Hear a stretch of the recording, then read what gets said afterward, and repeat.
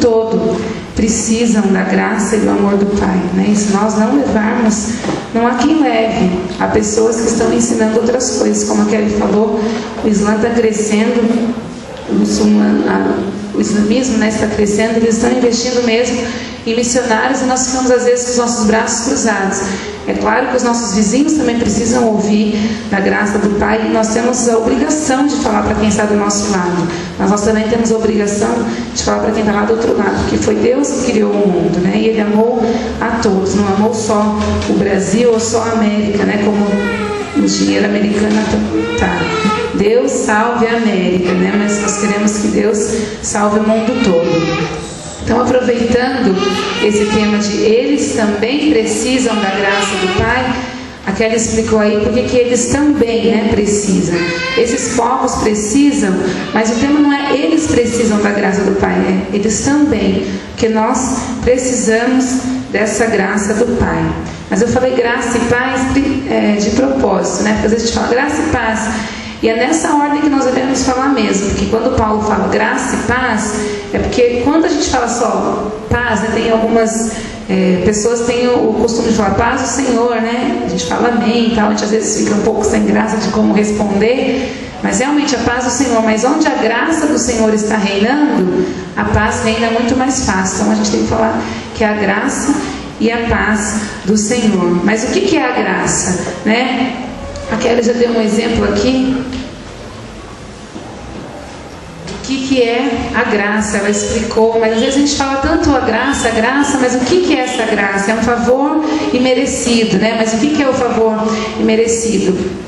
Eu li uma vez numa história, o menino perguntou para a mãe dele o que era a graça. Ela explicou, mas ela percebeu que ele não entendeu.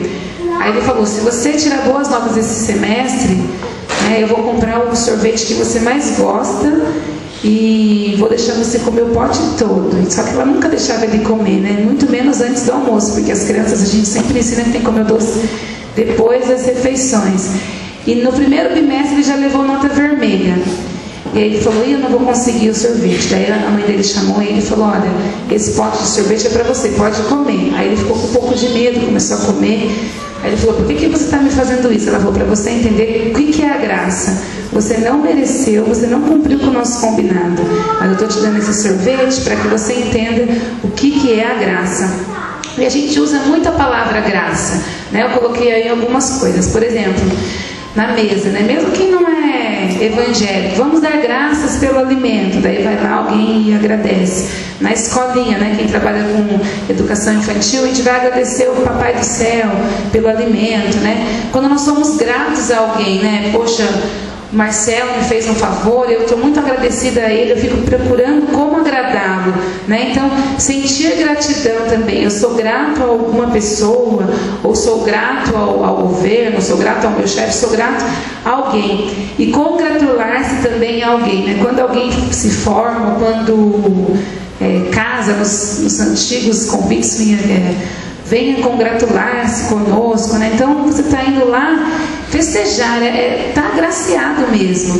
Ou então quando a gente, isso aqui é bom, né? Quando a gente trabalha o ano todo, daí sem você esperar você recebe uma gratificação, né? Ou o seu emprego, o seu trabalho rendeu muito. Quem é funcionário público, quando eu era funcionária pública, sempre vinha, né? Gratificação tal, era um monte de gratificação, que você nem sabe por quê. Mas a gente gosta, porque é uma coisa extra, que a gente às vezes nem merece, né? Então, a gente gosta também de agraciar as pessoas, mas a gente também gosta de receber essa gratificação. E tem outras coisas aí, eu coloquei sua graça. No governo britânico, eles se referem assim à rainha, né? A sua graça, a gente fala sua majestade, mas sua graça está se referindo a alguma pessoa que é agraciada, né? Quando eu era pequena, não sei se os irmãos conheceram o tio Miguel, era pai do Valdir, né? Um dia eu fui na casa dele, ele estava lá, aí ele falou: como é sua graça mesmo? Não, como é vossa graça? E eu não sabia o que ele estava falando, né? Eu falei: o que ele está falando, vossa graça? Depois eu perguntei para o meu pai: por que ele está falando vossa graça? Eu falei: quer saber seu nome, né? Então, vossa graça, uma coisa que eu nunca nem tinha escutado, uma expressão bem antiga, mas é a graça. Qual é a sua graça, né? É o seu nome. Quando também é um termo que se usa muito na justiça, né? Quem estuda direito Se o réu, ele consegue um ato de graça, então ele consegue o perdão, ele vai lá, ele suplica, ele recebeu o ato de graça. Mesmo assim, a gente usa, viram quantas coisas a gente usa a palavra graça, às vezes a gente não percebe, né? Mas quando a gente fala o contrário, não, também tem aqui, persona não grata, né? Isso o governo, por exemplo, vem alguém, né? Ou então lá na polícia, vai expulsar alguém do país, fala persona não grata, nunca mais ele pode vir, né? Recebe um carimbo no passaporte. Às vezes a gente brinca assim também, né? Você é persona não grata na minha casa e tal, porque aquela pessoa, a tradução é pessoa sem graça. Todo mundo aqui conhece uma pessoa sem graça, né? Mas isso é mais além, é a pessoa que realmente não vai ter a graça de frequentar livremente um país ou um estado. Mas quando a gente fala o contrário da graça, né? A gente vive numa desgraça, aí todo mundo sabe que pelo menos é onde não tem a graça. Houve um acidente, aconteceu uma desgraça comigo, né? Aconteceu, então a gente sabe, às vezes um xinga o outro, né? Seu desgraçado, é uma coisa muito forte, mas a gente sabe e usa essas palavras no nosso dia a dia. Mas então a graça tem aí uma foto, né? A graça, eu coloquei essa foto da natureza, porque como o pastor Fabrício pregou aqui, a graça de Deus não é só para quem aceita Jesus Cristo como seu único suficiente Salvador. A graça é para todos. Quando está chovendo, porque você aceitou Jesus, você está imune de se molhar? Ou quando está um sol, né, muito forte, você também está imune de se queimar no sol? Não. O sol nasceu para todos, né? A graça de Deus nasce para todos, veio para todos. A justiça de Deus é para todos, mas também a graça, o amor, o perdão é para todos. Então, é um favor imerecido, mas é muito difícil a gente então conseguir transmitir o que é a graça. Tem um autor, Philip Yancey, que escreve vários livros, já veio aqui também várias vezes no Brasil, tem um livro dele falando Maravilhosa Graça, escreve assim: prefiro transmitir em vez de explicá-la, que é mais fácil a gente viver a graça de Deus do que tentar explicá-la. Lá em Gênesis 1, 26 e 27 tem um texto, eu gostaria que nós lêssemos juntos, porque eu já até coloquei ali no telão para que todos pudéssemos ler na mesma versão, na versão do João Almeida, revista atualizada. Então, vamos ler juntos, que eu coloquei esse título: Somos semelhantes a Deus. Será que nós somos semelhantes a Deus? Eu estou inventando isso? Vamos ler então? E disse Deus: façamos o homem à nossa imagem, conforme a nossa semelhança. Domine ele sobre os peixes do mar, sobre as aves do céu, sobre os animais domésticos e sobre toda a terra, e sobre todo réptil que se arrasta sobre a terra. Criou, pois, Deus o homem à sua imagem, a imagem de Deus o criou, homem e mulher os criou. Isso. Deus criou todo mundo, aí tem uma figura, né? E o planeta, com os mares, os peixes, todos os animais, as plantas, que muitas a gente nem conhece, e a ciência ainda vai ficar muito tempo para conhecer, né? Mas ele viu que tudo era muito bom, mas faltava alguma coisa, e criou o homem. E o que ele falou aí? Façamos o homem à nossa imagem, conforme a nossa semelhança. Então nós somos semelhantes a Deus. Não só, às vezes a pessoa fala, então Deus é assim, tem duas pernas, dois braços, né? A gente pensa na questão física, mas nós somos semelhantes a Deus nas virtudes que Ele tem, no amor, na bondade, né? Nos frutos lá do Espírito, nós pensamos sempre que são as qualidades de Deus. Então Deus também fez essas semelhanças em nós. Por que eu estou falando que nós somos semelhantes a Deus? Porque às vezes, lembrando novamente o que o pastor Fabrício falou, né? Nós somos raça eleita, sacerdócio real, então nós somos o povo escolhido, nós ficamos orgulhosos por causa disso. E aí tem uma pessoa que nunca ouviu falar de Jesus, por exemplo, pode ser até um muçulmano, e faz uma coisa bondosa para você. E se você pode até já pensar, se você já não falou isso, você já ouviu falar, nossa, mas ele é tão bom e nem é crente, nem conhece Jesus, né? A bondade não é só para os cristãos, porque Deus fez a humanidade com semelhanças dele. Então nós vemos traços das virtudes de Deus em toda a humanidade, né? É claro que os animais eles não são semelhantes a Deus no quesito dos sentimentos, mas nós, seres humanos, temos essa semelhança com Deus.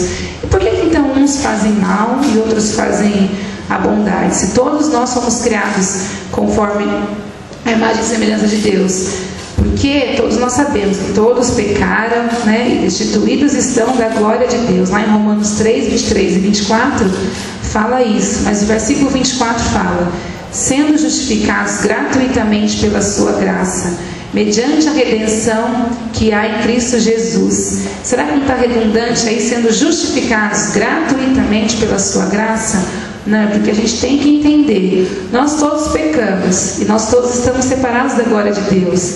Então, nós precisamos fazer alguma coisa para nos justificar. No Velho Testamento nós sabemos que as pessoas faziam sacrifícios, né, iam até o sacerdote, tinham que, como a Kelly falou, algumas religiões ainda pregam que tem que pagar penitência, mas a nossa penitência, a nossa justificação é a graça de Deus. E a redenção que há em Cristo Jesus, nós conhecemos qual foi essa redenção, que foi a morte de Cristo Jesus na cruz. Eu vou falar sobre 3 exemplos aqui, nós vamos discutir um pouquinho sobre a graça na vida desses 3 exemplos. Se os irmãos quiserem, podem abrir suas Bíblias em Atos 16, de 11 a 15, mas eu também coloquei aí na tela, né? Essa figura aí já tem o nome da personagem que nós vamos falar, que é sobre Lídia. Esse texto, tá? Só para a gente entender um pouquinho, lá em Atos está falando sobre a viagem de Paulo, né? A Kelly falou sobre o papel que as mulheres têm feito na sociedade, mas graças a Deus que Deus também usa os homens, como usou o apóstolo Paulo, né? Um grande missionário. E Paulo estava em Derbe e a Listra, né? Quando ele estava fazendo suas viagens. Ele tinha se separado de Barnabé e ele chegou em outra cidade e encontrou Timóteo, que era um jovem, chamou Timóteo para ir viajar com ele numa viagem missionária. Timóteo abandonou as coisas que ele tinha e foi com Paulo. E quando Paulo já tinha atravessado uma cidade, ele foi até Troade, né?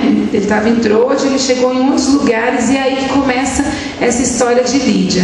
Então vamos ler. Os homens leem os versículos ímpares, né? Começando aí do 11, e as mulheres leem os pares. Aí na tela, sempre quando está no cantinho, é porque começa o versículo. Então os homens podem começar navegando, pois de Troade. Vamos lá?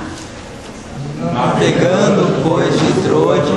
Irmãos, há um aumento. Vamos ler os homens, ou pela Bíblia ou aí pela tela, mas vamos ler com vontade, para que quem não consiga ler entenda a história de Lídia. Vamos lá? Navegando, pois de Troade, fomos em... Eu vou ler então, está difícil, né? Navegando, pois, de Troade, fomos em direitura a Samatrócia, e no dia seguinte a Neápolis.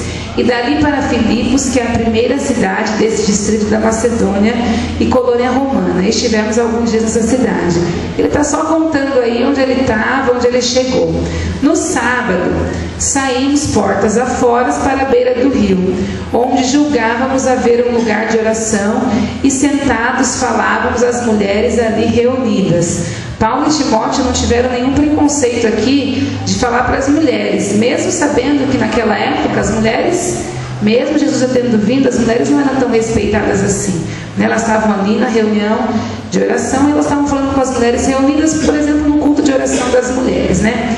E certa mulher chamada Lídia, vendedora de púrpura da cidade de Tiatira, que temia a Deus, nos escutava, e o Senhor lhe abriu o coração para atender as coisas que Paulo dizia. Depois que foi batizada, ela e a sua casa rogou-nos, dizendo: se haveis julgado que eu sou fiel ao Senhor, entrai em minha casa e ficai ali, e nos constrangeu a isso. Lídia, ela era vendedora de púrpura. Os irmãos sabem o que é púrpura?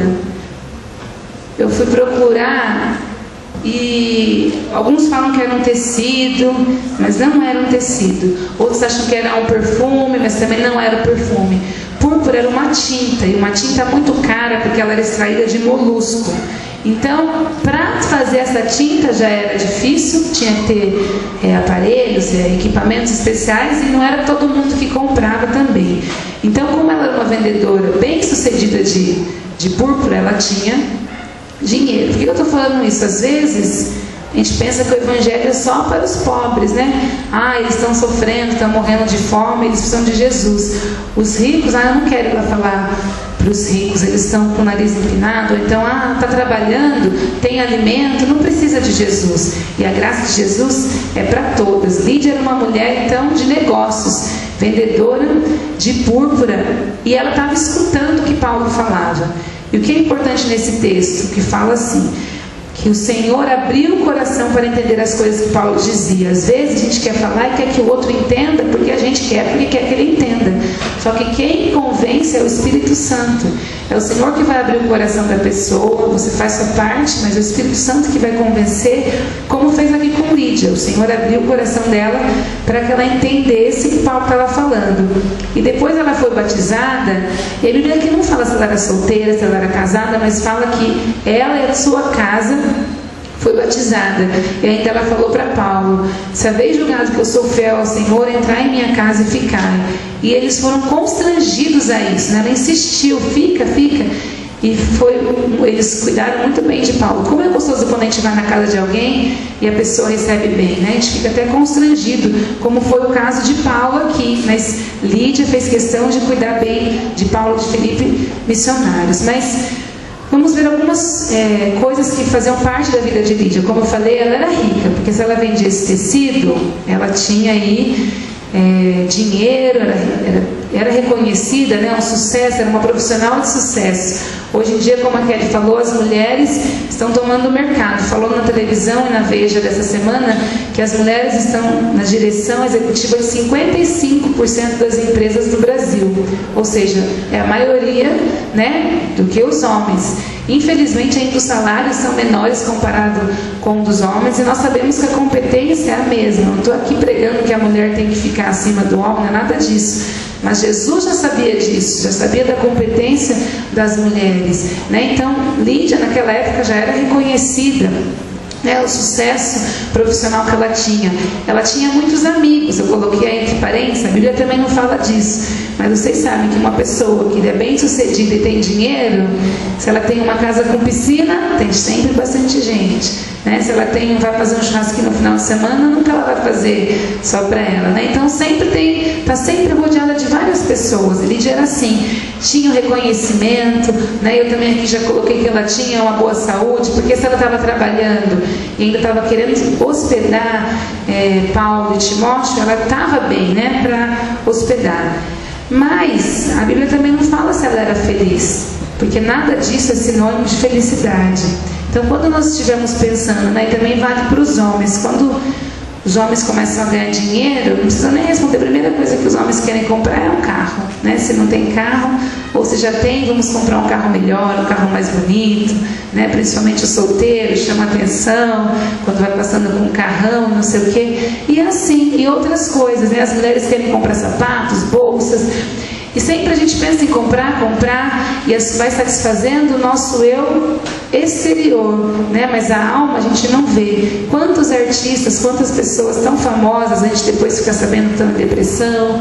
Por quê? Porque será que tudo isso traz felicidade? Então essas pessoas também precisam da graça do Pai. Lídia também precisava, e ela reconheceu isso, e quando ela reconheceu que ela precisava da graça de Deus, ouvindo o que Paulo falava, a Bíblia já fala que ela já era temente a Deus.